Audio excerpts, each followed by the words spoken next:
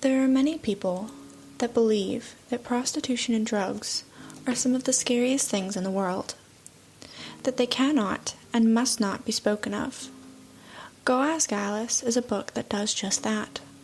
It speaks of and shows off every side of sex work in the drug world that many people in their years of adolescence face. Because of this, all the skeptics hate it. But if they looked at it through a critical studies lens, then they may be able to see what a strong and amazing book it really is. A really quick explanation of what this lens means.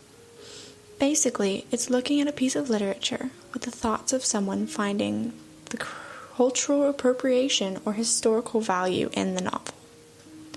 Some common questions to ask as one reads something with this lens may be, are there words in this context that have lost their meaning? Does this work support or condemn an event?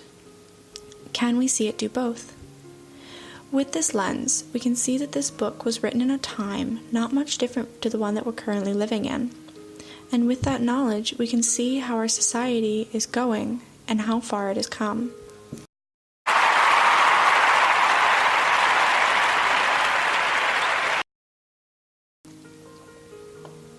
Alice, the main character of this book,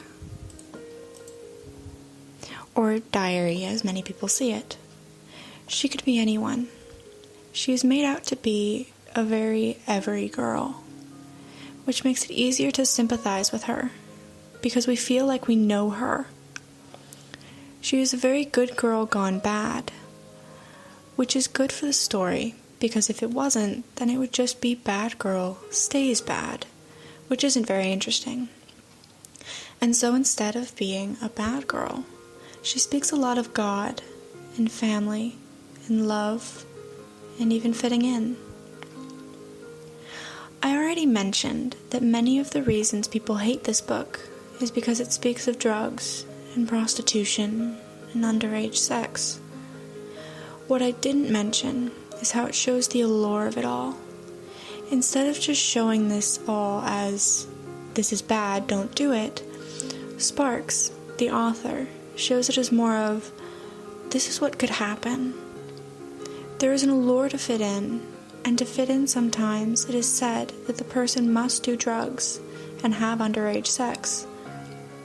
This scares some people because they feel that the novella will sell their children to drugs, but they most likely never read all the way to the end of the novella because it does not have a happy ending at all and should never be seen as such.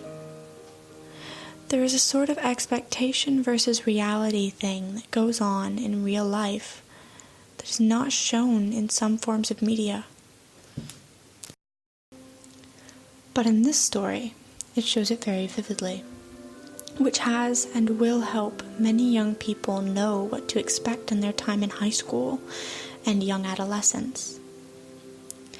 There has also been speculation that the book was faked. Beatrice Sparks says that she only transcribed a diary of a young girl, but others say that she wrote it all herself. Sparks's daughter is said to have died of a drug overdose not long before she wrote this book. And throughout this documentary I have been speaking of it as a book and a novella, which are normally seen as pieces of fiction, but that is only because I feel that that would be the best way to speak of it. But honestly, who cares? Who cares if it was faked, or if it was only transcribed? If Sparks wrote it all herself, it is still potent, and it is still important. At this point in my documentary, I would like to ask Miss Moore to pause the podcast and move along to the other link that I provided, which is going to be a clip from the movie that was based off of the book. After watching the clip, please feel free to come back to the podcast as there is still just a little bit left to say.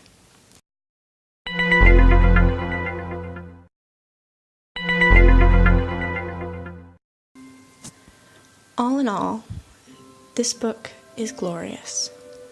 Yes, it is vulgar, and it may be intimidating at first. But if you look at it through that little lens, you can see that it really is a true masterpiece. I would 100% recommend it to any young person over the age of 11. Because while it may be potent, some things may be slightly intimidating for young children to read. Thank you very much for listening. This has been Sydney Mauer's documentary on Go Ask Alice. Thank you.